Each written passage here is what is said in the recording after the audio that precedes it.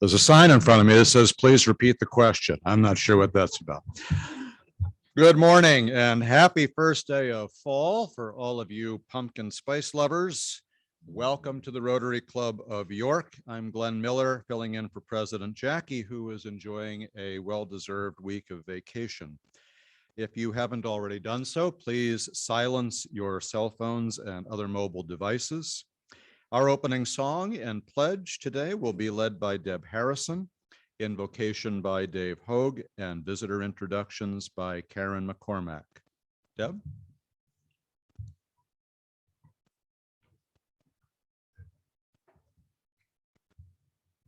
Please join me.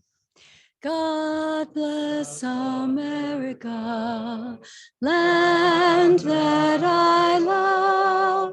Stand beside her and guide her through the night with the light from above. From the mountains to the prairies, to the oceans white with foam.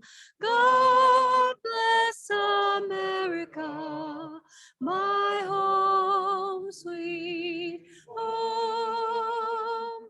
God bless America, my home, sweet home. I pledge allegiance to the flag of the United States of America and to the republic for which it stands, one nation under God, indivisible, with liberty and justice for all.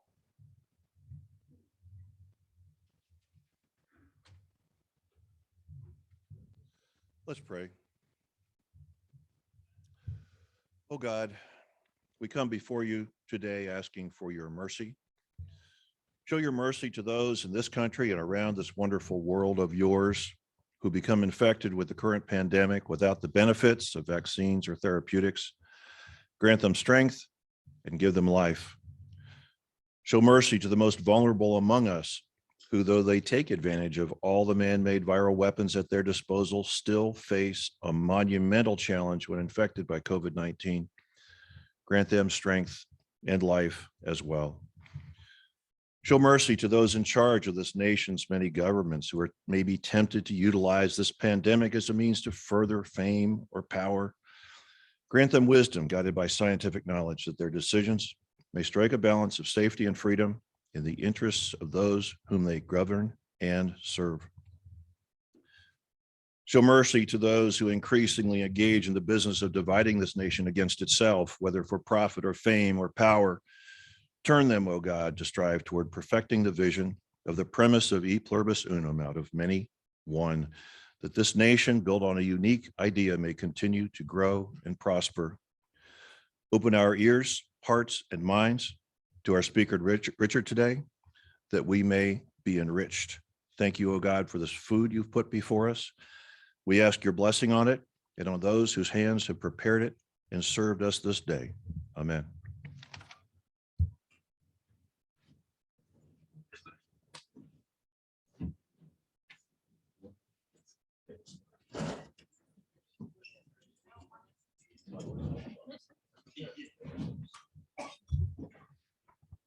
Good afternoon. I'm pleased to have the honor of introducing our guests for today's meeting.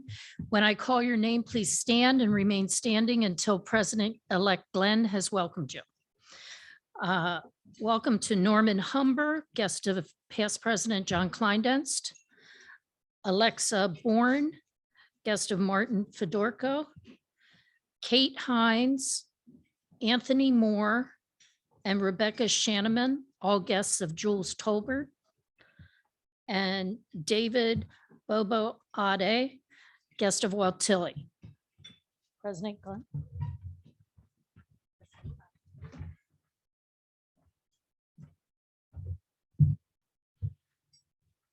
Hey, warm welcome to our visitors today. We hope that you enjoy your experience with us, and we hope that you will return again, either as a guest or even better as a new member of the Rotary Club of York. Members, please help welcome our guests.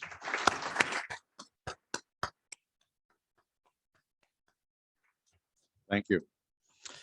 A few announcements before we continue. You have all no doubt read about the controversy surrounding the ban of certain books by the Central York School District.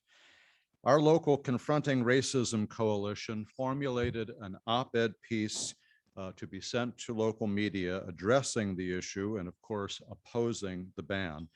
And they asked for various organizations, including ours, to consider signing on to that letter. The Rotary Club of York Board unanimously approved a motion that came to them from the IDEA committee that the Rotary Club of York join that letter as a signatory. Our club joined other local leaders and leadership groups, including but not limited to WellSpan Health, the York County Community Foundation, the York County Economic Alliance, the United Way, the YWCA, the NAACP, represented by our speaker today, and many others. I will also add that if you see the list of signatories, the overwhelming majority of them happen to be Rotarians. While the school board recently and thankfully reversed its decision, the letter in slightly amended form is still running, and it will in fact appear in the Sunday edition of the paper. I've been a proud member of this club for nearly a decade, but I will say that I have never been prouder of calling myself a Rotarian than I was this week. Our collective thanks to the IDEA committee and to the board for their leadership. And let me also add thanks to Ann Druck. We have today in my hand and on the table by the door several examples of the books that were banned. If you have interest and would want to take a look at them, they will be available following the meeting today. Thank you. On October the 6th, please plan to join us for Rotary's Rave Reviews, when our weekly meeting will be held, as it traditionally is, off-site at the Belmont Theater. This annual program celebrates the talents of the youth of our community. This year's program features a wide range of vocal and instrumental selections, plus various types of dance. Everything from classical music to Broadway show tunes makes this program a spectacular showcase. As always, reservations are required for this off-site event, and they may be made and should be made soon by contacting the Rotary office. The deadline for registering is September 28th. And right now our registration numbers are quite low. I'm sure that's just because you forgot. So please remember and sign up so that we have good showing at the Belmont. Upcoming meetings to draw your attention to: the CEF board meets today, immediately following this meeting, in the terrace room. And tomorrow, September 23rd, the Youth Exchange Committee will meet at 12 noon via Zoom. We would like to extend a happy anniversary wish to Lou Elliker, past President Lou Elliker. Where are you, Lou? Lou is celebrating 40 years of membership in the Rotary Club of York.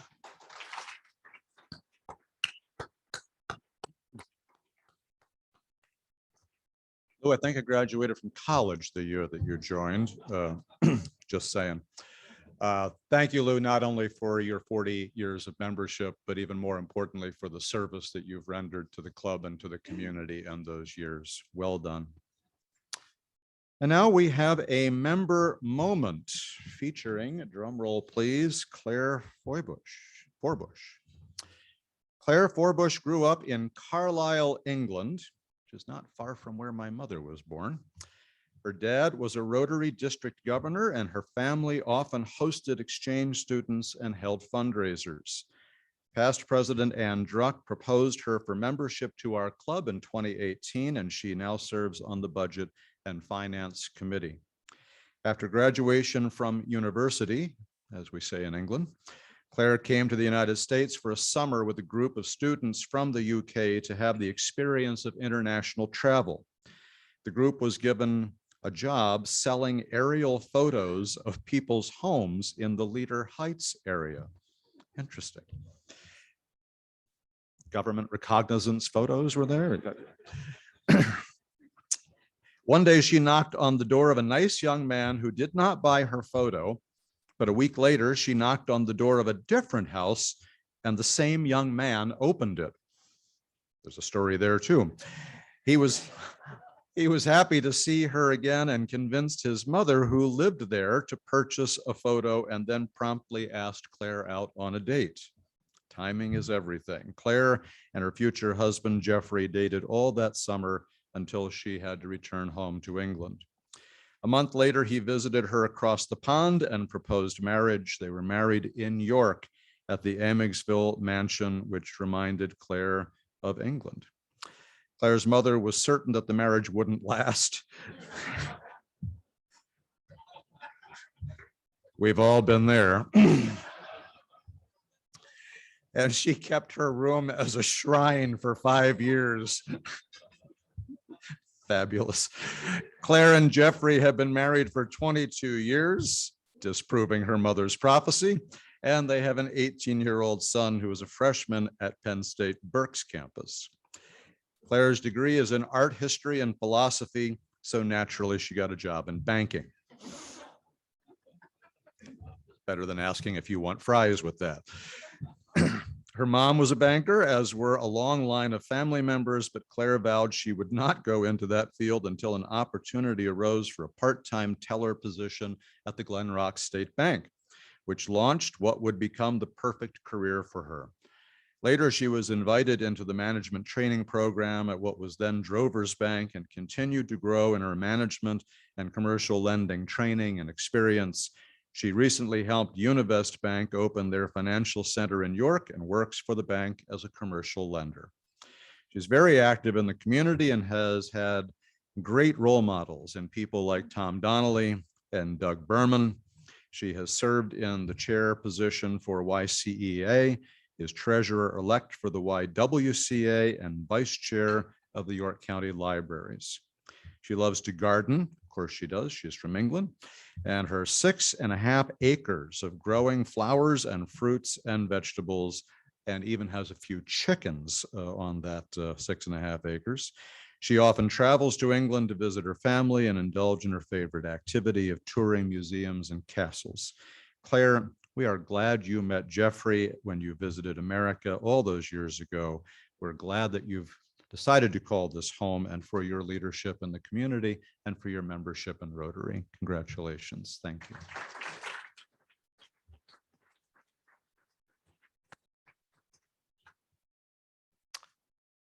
It is always a joy to welcome new members to our club and to welcome back former members to our club, and we get to do both today, and handling that will be past President Josh George. Josh?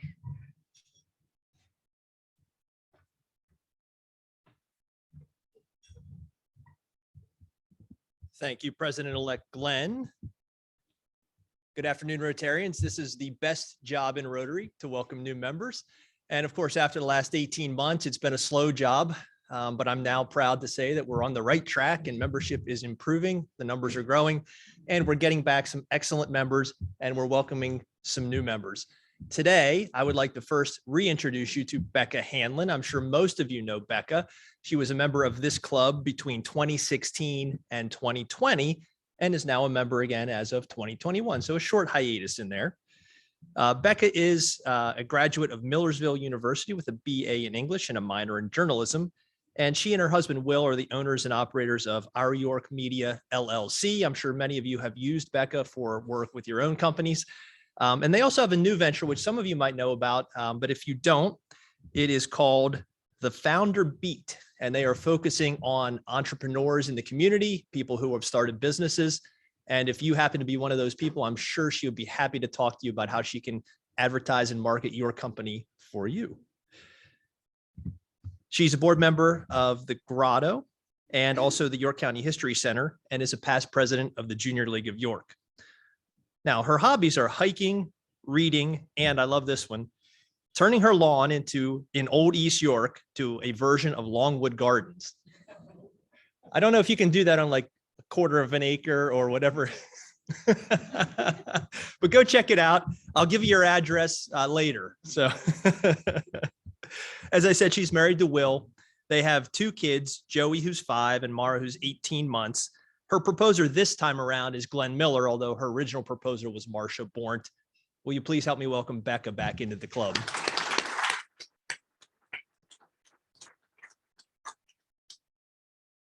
All right, and then also joining us online, I believe, Ben, if we have Roxana online, is Roxana Gapster from probably one of the least known and smallest companies in town, WellSpan Health. Roxana is the president and CEO and came to York, I believe, from the Minnesota area, if I'm not mistaken. Roxana, welcome to York and welcome to the Rotary Club of York. She has a diploma of nursing from St. Cloud Hospital School of Nursing, a Bachelor of Arts degree in nursing from the College of St. Catherine, a Master of Science degree from the University of Minnesota, and also a PhD in nursing from the University of Minnesota. As I said, she's the president and CEO of WellSpan. I'm sure many of you have met her already in the community in various roles. Her hobbies include golf, reading, and hiking, and she is married to Kevin. Members, please help me welcome Roxana. Thank you. President-elect Glenn.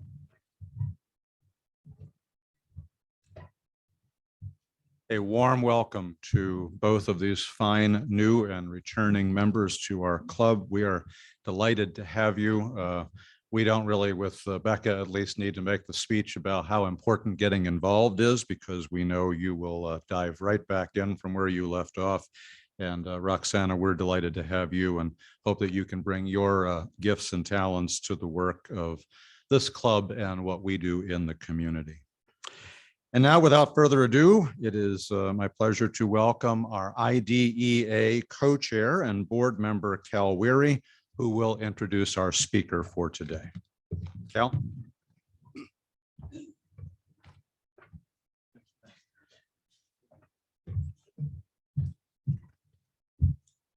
You needed that extra help.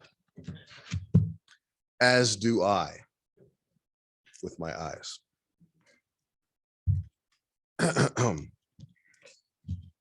Milk, peanut butter, wrong list. Just kidding. All right. Today's speaker is the father of 2 sons, Richard and Christian.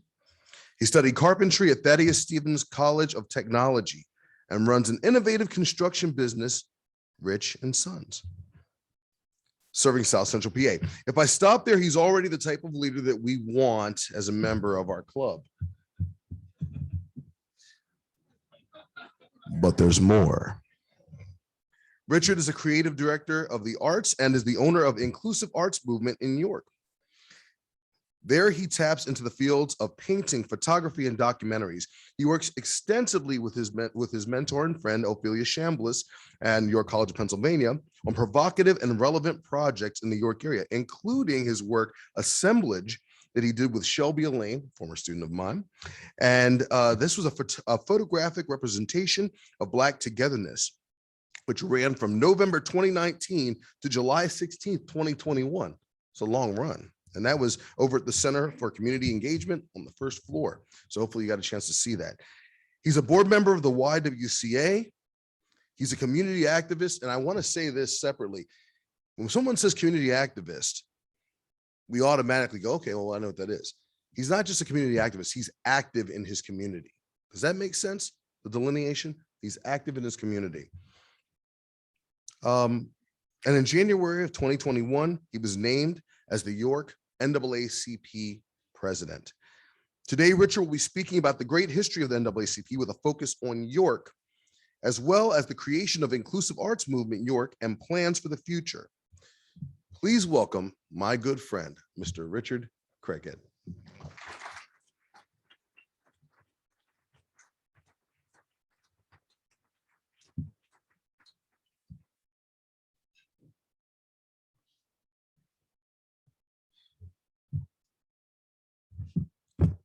How's everybody doing this morning?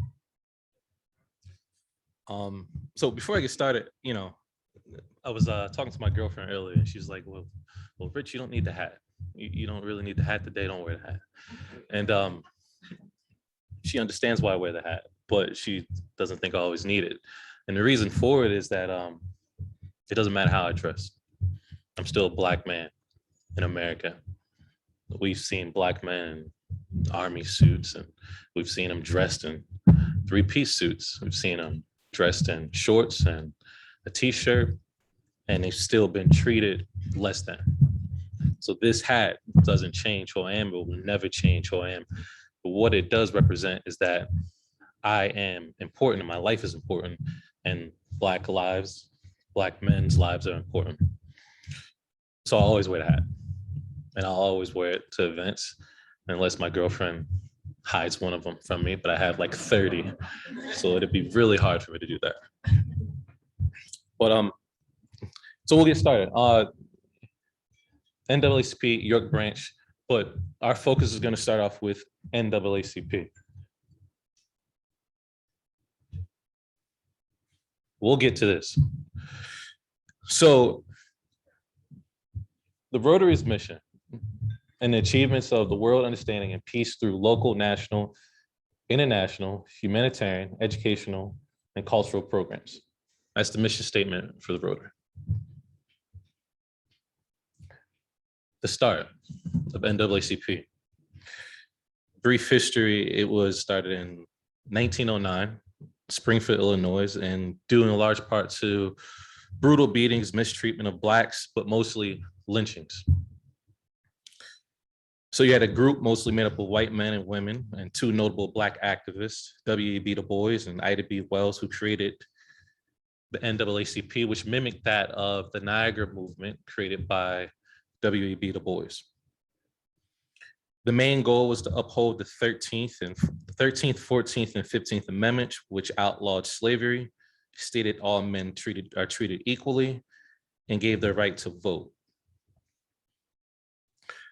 Early victories in the NAACP included the desegregation of the military, Brown versus Board, Rosa Parks and the bus boycott, the Civil Rights Act of 64, the Voting Rights Act of 65, Fair Housing Act of 68. NAACP had a hand in all of these things.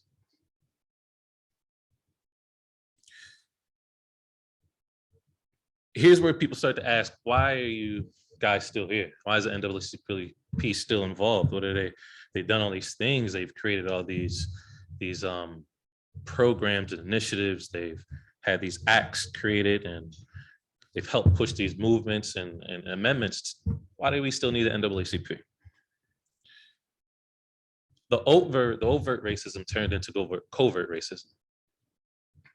People no longer stood out and did the things that they did and walked around with signs like this and said that they didn't want to see people in places, and they didn't do it that way. It became covert. So this brings to rise the issues that the NAACP fights to uphold today. Race and justice, health and well-being, inclusive economy, advocacy, and litigation. Black people are 5 times more likely to be incarcerated than whites. Our criminal justice system has been built around anti-Blackness and has found ways to mass incarcerate Black and brown people with things like mandatory minimums, 3 strikes and you're out, and words like super predator and thugs,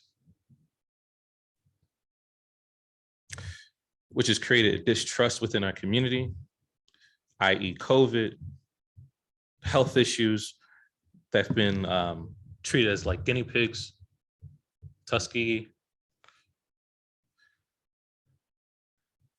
We still have injustice regulations on all levels, discriminatory policies and practices, and the misconduct of police officers, companies, and citizens.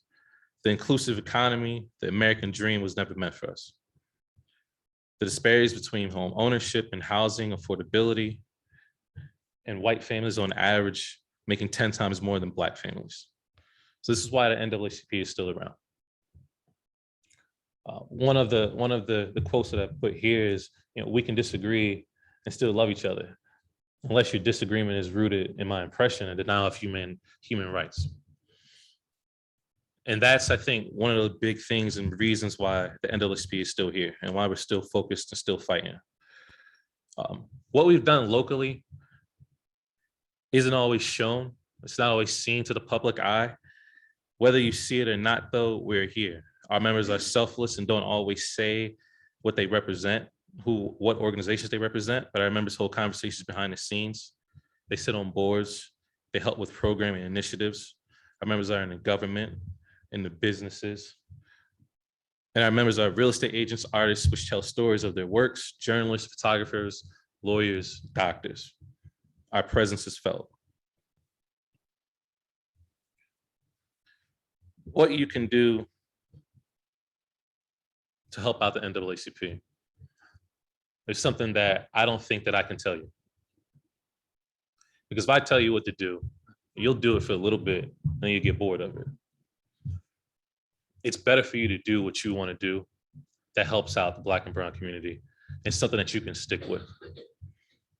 It's that old saying that Martin Luther King said, if you can't fly, then run. If you can't run, then walk. If you can't walk, then crawl. But do something to keep progressing. And we got to make sure we're always doing something to keep progressing. If we think about inclusivity, if we think about you guys' mission statement, it has to be circled around what happens in the Black and brown community in York, Pennsylvania, in York City, in York County. One of my biggest reasons for, one of my biggest pushes within York City right now is mental health within the Black and brown community. We have been watching our young people, our old people, people my age have been watching people murdered on television for the last 5 to 6 years.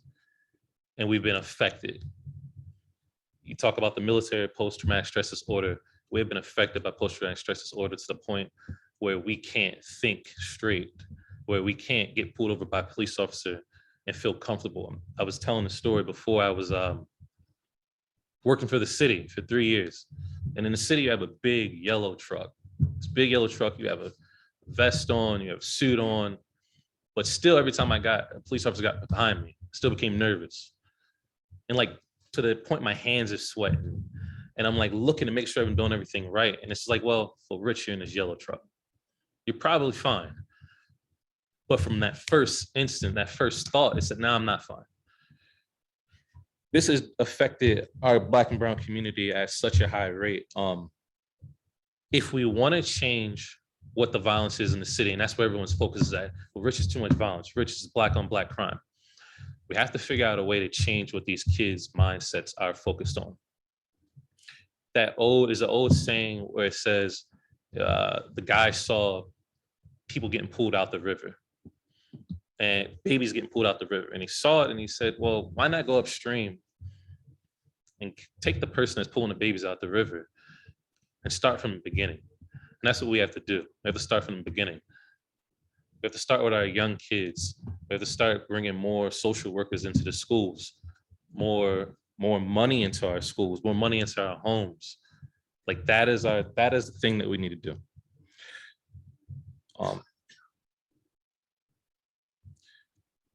So I'll speak a little bit about inclusive arts. We have 2 documentaries that we're working on right now. One is a portraiture of Black men. The other is a documentary on empathy and understanding. So I'll show the first one. What would be the Black American dream? I don't want to work for somebody for the rest of my life. Have a Black-owned business. That's my dream. And employ and share wealth with other Black young men and build them up. Other than that, big house from the ground up, boy and girl, kids, wife. That's a nutshell for me. I'm a simple, straightforward guy too. Me and wife, that's why we compatible, because we kind of got the same. We always on the same page, you know. No, we're not. We always get to the same page. So with this documentary, and this is through Inclusive Arts, what we want to do is like understand what a Black man's life is like and relate it to what everyone's life is like. He wants the same things that we all want. This guy is married, he has 2 kids. He's been married to his wife for 7 years. He's been with his wife for 13 years. They own their own house. He's a football coach. He's a great guy. He's a great person, but he still deals with issues of being Black. Those Black issues are still there. we took a look at 3 different men, one that spoke to the worldview, which was Brant Kingsley, and his understanding of what it means to be Black and what it means to be Black in the world, and how it differs from America to back in Africa. We took a look at a young man that's on the edge, and he's teetering between either being successful in life or going fully into the streets. And so we've been working on this documentary for the last year and a half, still trying to find funding to get it finished. But it should be a great documentary. The other one is on empathy, which is more focused on death and how it connects with everyone. The 6 degrees is death. You know, we always talk about the mother, the father that's died, but we forget that there was a cop that was there on the scene. There was a nurse that was trying to save his life. There was an EMT. There was a judge that had to decide the fate of someone. There was a lawyer that had to decide the fate of someone. There were so many people connected. And if you want to play the next one, it goes into it a little bit. What would be the Black American? And again, this is 2 documentaries we're working on. We've for the second one, we've interviewed 14 people as of now, in all different forms of this.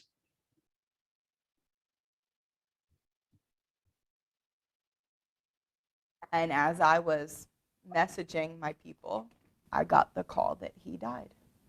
He was dead upon arrival. Moments, first steps into that hospital, you know, everybody else is there, you know something was wrong. It makes me sad to say that had my dad not taken his own life, I don't know that I would have taken mine so seriously.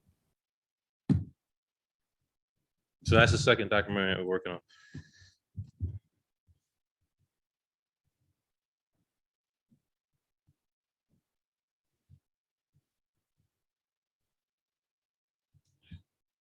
Nobody kills the Black boy. If you guys seen, that's a theme throughout. And so what that means to me is more of a theoretical thing, that no one kills the Black boy. No one kills his hopes. No one kills his dreams. No one kills his vision. No one kills him physically. And as I was And messaging, when I say theoretical, it's because that's not being done yet. He died. He is still being murdered at an alarming rate. He is still not being loved. He's still not being cared for by his country. He's still not seen in the same inclusive way that others are seen. And so it's a theory. Nobody kills a Black woman. That's my speech. That's it.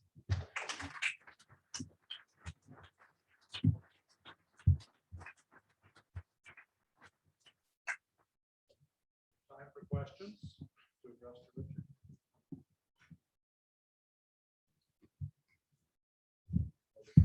So what do you feel is the most achievable and best first step for the community to do to achieve some goals?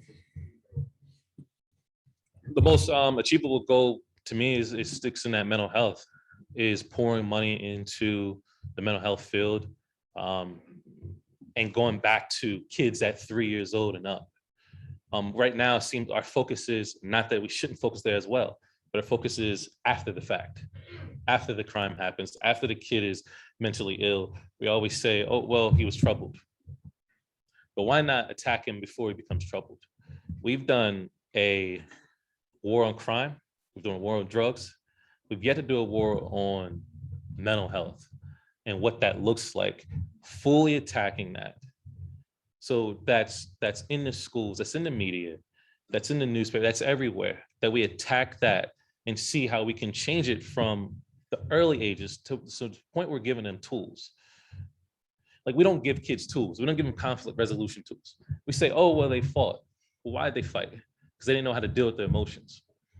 Everything ties into the mental health field. If we can do war on drugs, we can do war on crime, we can do war on mental health. That to me is the biggest thing.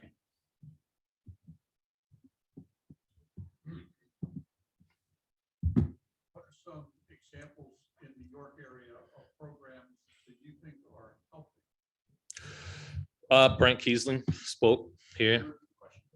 Programs that are helping in the New York area are programs like Pedal for Peace, the movement, Christmas Addicts and their after school program, their youth build program.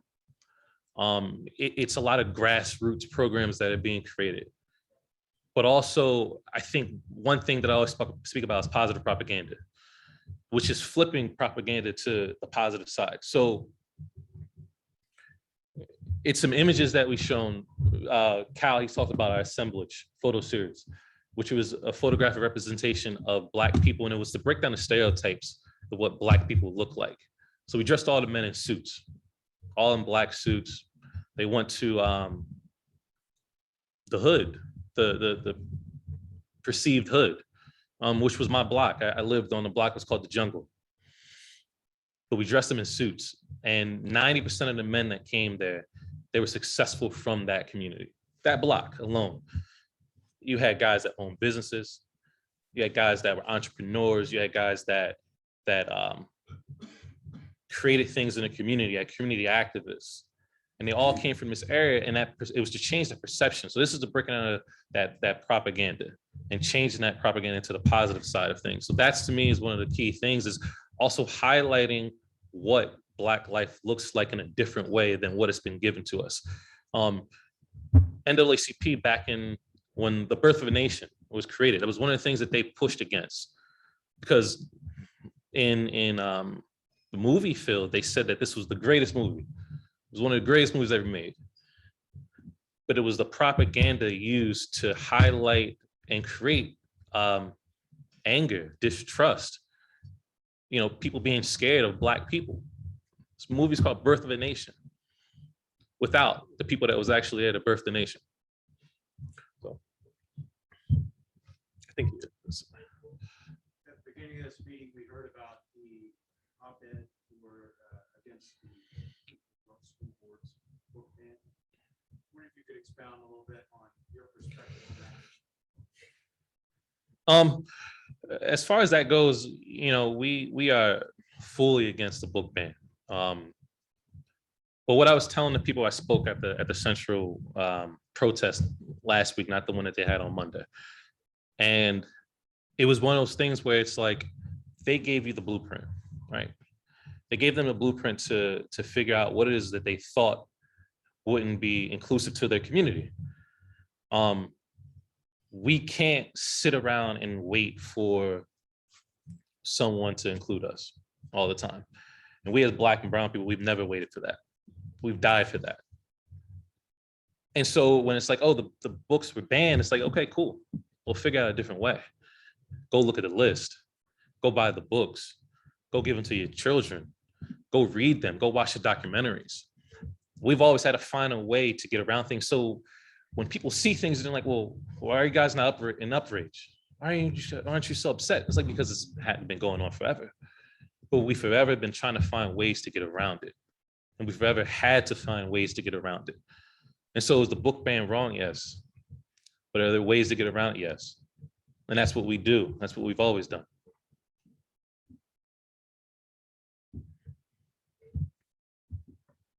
Briefly alluded to the Tuskegee syphilis study. Has the NAACP either at your chapter level or national chapter level made any statements or encouraging or advocating for vaccination? We are fully for the vaccination. We are not against it. We've held forums to speak to the need for it. We have a forum tomorrow for the mayors, for the mayor candidates, and we're making sure that everyone is either vaccinated or they show negative tests. No, we are for the vaccination, but we understand why people wouldn't be for it. We clearly understand that from, as you stated, the Tuskegee experiments, Sarah Bartman. We know what has happened, and we know how things have been covered up. But we are for the vaccination, though, definitely.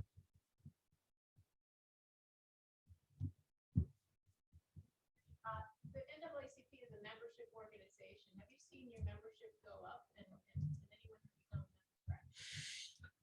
Yeah, so I couldn't speak to what it was before, but I have seen it. Since I became president, we've had a lot of people join on. Anyone can be a member. There's no racial barriers. Again, like I stated at the beginning, it was started by predominantly white males and females, liberals. They were the ones that started, and it was the minority was from the onset was just W.E.B. Du Bois. Then Ida B. Wells joined. So yes, it's definitely a very inclusive organization. Our longest running member for York is Ken, and he's a white man. So definitely. We always looking for more members. I think one thing that Cal said was active. I think that's imperative, is active members. It's one thing to have members, but it's just numbers. It's more important to have members that are actually doing the work and helping doing the work. And that's what we need all the way around. I think he might have been before you, Cal. Is the local chapter engaged in partnerships with other organizations? And is that an important part of your work in York County?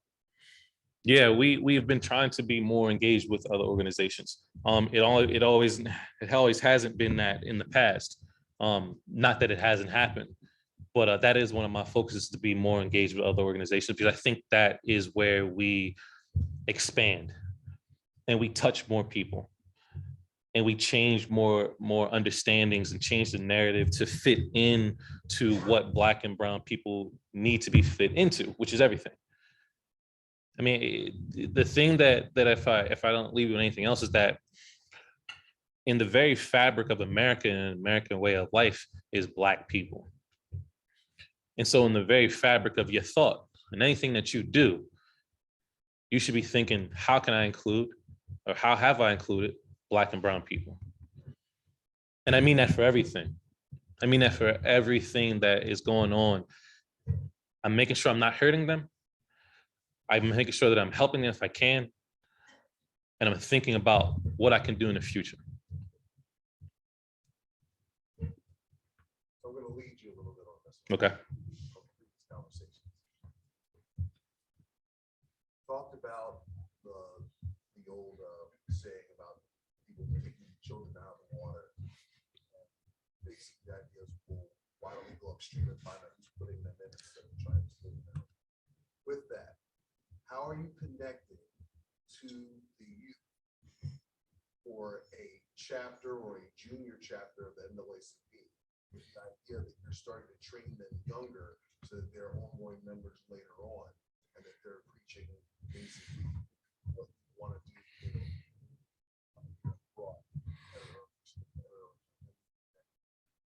So there wasn't a chapter, and I guess it's twofold with this. There wasn't a youth chapter. Yeah, so the question was, how can we create a youth chapter or bring youth into the fold for NAACP? So there wasn't a chapter before I came. There wasn't a youth chapter before I came. It's something that we've been trying to get off the ground. COVID has put a damper in that. It is extremely hard to get into the schools. And then the school year just started back. So that it's been a challenge. What I have done is spoken to youth in various areas. Christmas Addicts has their youth build program. So I spoke to the students and I let them know, hey, if you guys want to sign up, we'll cover your membership. They are the key to our future. I'm 34, and not to say that I'm old, but not to say that I'm young. And it's a different category. They understand things differently than what I understand things and what some of you understand things. But they're important. They're imperative to what we do. And if we can get them to buy in, then that trickle down effect to the people that they affect, because they affect the younger kids. It's like my son's 12, and I always tell my son, because I got a 6-year-old and a 12-year-old, I always tell my 12-year-old, you gotta be better for him. You gotta do things right for him, because he looks up to you. He doesn't look up to me, he looks up to you. He eats when you eat. That's what they don't eat. The 6-year-old doesn't eat unless the 12-year-old eats. He says, oh, Dad, I'm not hungry. I asked the older one, I was like, are you hungry? He's like, yeah, I'm hungry. The 6-year-old, oh, yeah, I guess I'm hungry. And that's what kids do. They look up to the person that's close to them, but they will follow them. And that's what I always say about going back. You have to go back. That doesn't say leave out what the commissioner's doing right now with all the programs and initiatives he's creating. It doesn't say leave that out. It says push money to before they even become a problem. We have ARPA funds, or however you pronounce them, a certain amount of money, and it's going to be used for a certain amount of years. After that's gone, it's gone. Why not take a certain percentage of that money and tie it into our youth? We've tried everything else. There's no silver bullet. So I don't say this to say that this is the only thing that's going to work. I say this to say that this is something else that can help work. And that's where I'm at.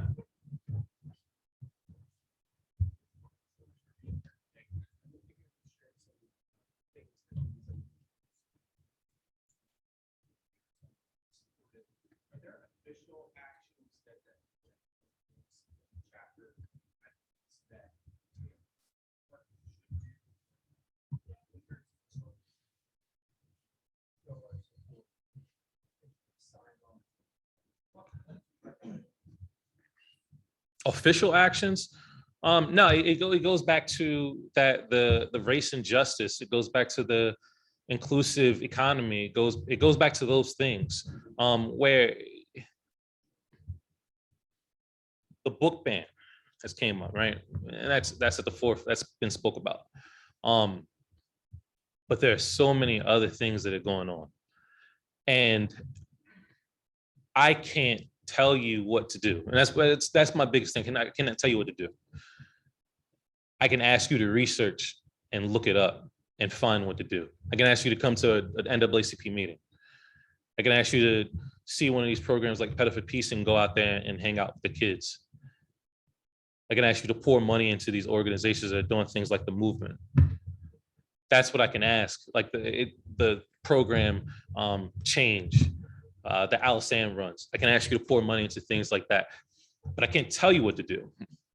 I can only suggest it because again, it comes down to what you want to do and where your heart lies at. I mean, this is all that. It's where your heart lies. I could say 20 things and say go 20 places, but if you do the research on your own and you find it out and you find what works for you and what you love and what you're interested in and how that connects to Black and brown people, you'd be better to do that than do something that I'm asking you to do. Your passion's behind it. Someone else had a question.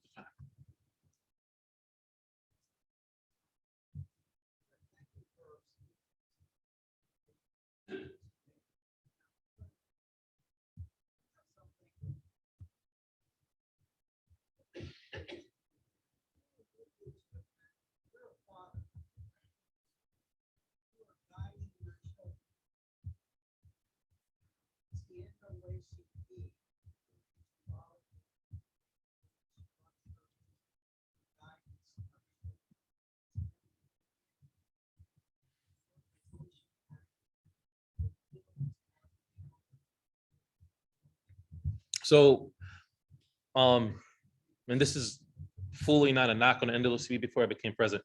I am more of a community person. I'm more inclusive arts is the art thing. And that's why Cal talked about Semester, so I saw the 2 documentaries about Black men. That is my goal, to be a bigger presence in the community for NAACP and do things like what you're speaking of. I think for the longest, it's been a focus on litigation, on justice, on racial issues, but it hasn't been the focus on the empowerment. And I'm big on empowerment. I'm big on changing the minds and the hearts of people and letting them know that they're important.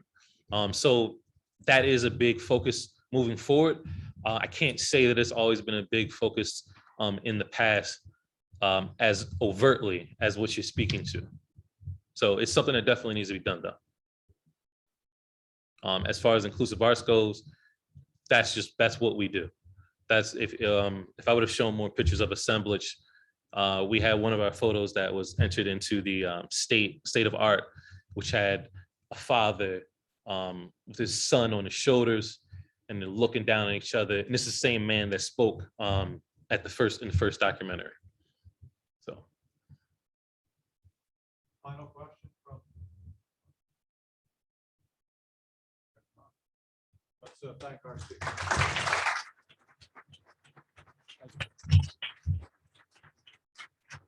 Don't go away. Richard, thank you. very, very much. Thank you deeply for what is a good presentation, no matter when it came, but a particularly timely presentation this week. And for the wonderful work that you are doing with the NAACP. As a token of our gratitude for Richard's visit today, he has signed the book plate in the book entitled Skunk and Badger by Amy Timberlake, which will be presented to Logos Academy, where both of your children are students. Yeah, so how perfect is that? Thanks so much, Richard.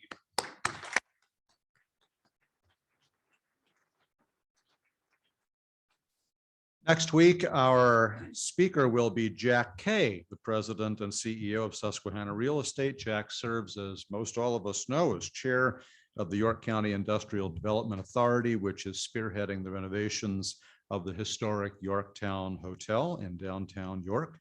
Jack will give us an in-depth update on the status of the renovations and a peek at the newly completed model rooms. I know we will all be anxious to hear what Jack has to share next week. In closing, our quote today is from Gian Paolo Lang, who served as president of Rotary International in 1956 and 57. He said, "The spirit of Rotary is to find what we have in common rather than what divides us. May it be so among us." Rotarians, have a great day and a great week. This meeting is adjourned.